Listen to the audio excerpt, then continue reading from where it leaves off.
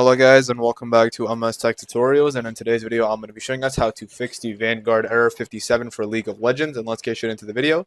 So the first thing that you guys can try to do is go ahead and open up the task manager by either clicking on Control, Shift, and Escape at the same time or just searching it up in the search bar. But anyways, once the task manager is open, you want to basically just go or look for League of Legends, and it should be under apps, but if it's not, you can still scroll down and look for it, or you could just type it in here. But anyways, once you basically find League of Legends, just right click on it and hit end task, because this like forcefully closes or forcefully shuts down League of Legends. And then when you go back into Riot Client and you try opening up League of Legends, the error code should be fixed and you guys should be good to go. You can always do stuff like restarting your PC and just making sure there are no updates for League of Legends. And once you do all of these things, you guys should be good to go and you're all set.